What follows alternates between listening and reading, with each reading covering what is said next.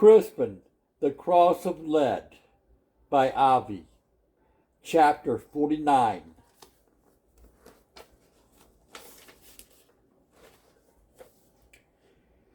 I don't know how much time passed before I heard a tapping on the board that kept me hidden. "Open up," came Widow Daventry's whisper. I pushed the board out.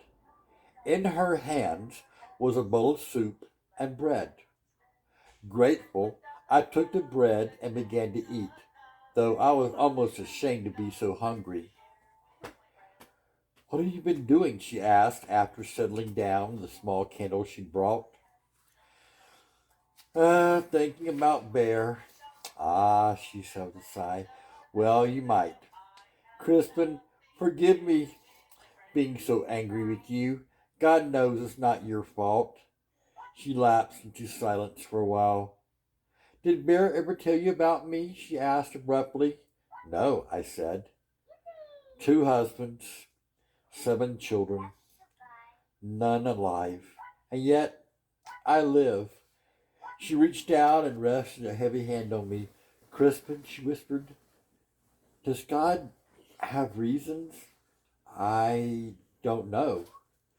Head bowed, she began to weep again. I took her rough hand and squeezed it. It was some time before she could compose herself. Cautiously, I said, "Good widow, can you read?" She looked at me with vacant eyes. "A little. Why do you ask?" "Can you tell me what it says here?"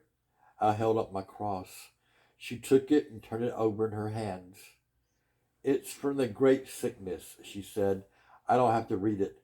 Bear told me what it says." "He did?" She nodded. "It says, Crispin, son of Furnival." I stared at her. "You're Lord Furnival's son. How can that be? Who do you think your father was?" "My mother only said my father died before I was born, in the great sickness." She shook her head. "Crispin, for these lords to have sons out of wedlock is common." "And Bear knew about me?" I managed to say. "Yes." "And he told you?"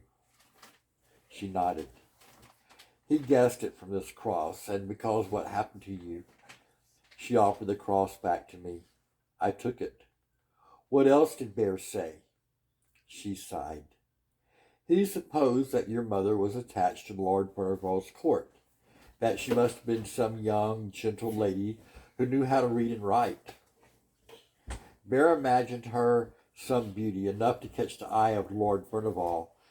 Furnival must have brought her, no doubt against her will, to your village. But when she quickened with child, you, he abandoned her, leaving orders that she be held in that place, not killed, but never allowed to leave." "Because of me?" "Yes." "Why didn't Bear tell me?" "He wanted to protect you." "From what?"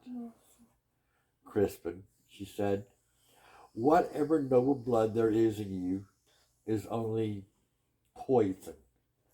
Lady Furnival, who's a power here, will never let you have the name.